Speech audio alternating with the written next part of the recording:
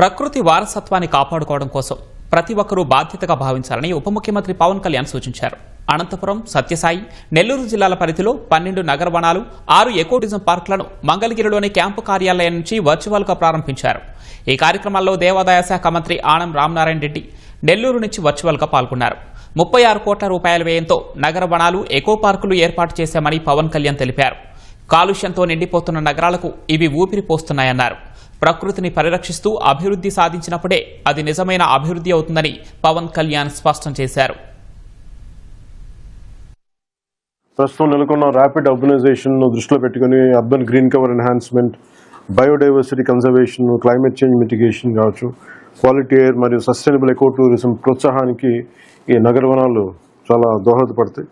రాష్ట్ర వ్యాప్తంగా ఈ 18 నగర వనాలను దాదాపు 36 కోట్ల వ్యయంతో నగర్ వన యోజన మరియు స్థానిక నిధుల ద్వారా ఈ అభివృద్ధి చేయడం జరిగింది. ఇది రాష్ట్రంలో అర్బన్ గ్రీన్ ఇన్ఫ్రాస్ట్రక్చర్ డెవలప్మెంట్కి చాలా బలమైన ముందడుగు.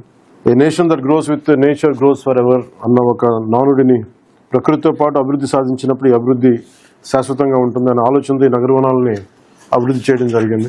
కోడూరు, కైలాసగిరి, మదనపల్లిలో ఎర్రచందనం పరిరక్షణ పార్కులను ఏర్పాటు చేయడం కూడా జరిగింది.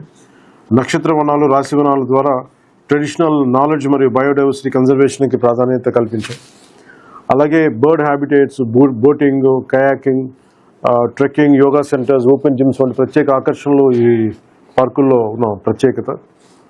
ఈ నగరవనాలు కేవలం నేటి కోసం కాదు, రాబోయే తరాల కోసం మనం నిర్మిస్తున్న పచ్చని వారసత్వం. కలిసి వీటిని సంరక్షించి మరింత పచ్చని పరిశుభ్రమైన ఆంధ్రప్రదేశ్ నిర్మాణంలో మనందరం భాగస్వాములు అవ్వాలని మనస్ఫూర్తిగా కోరుకుంటూ, కొత్త వారసత్వం క్రియేట్ చేయడం కంటే కూడా ఉన్న ప్రకృతి వారసత్వాన్ని కాపాడుకోవడం దాన్ని చాలా అవసరం.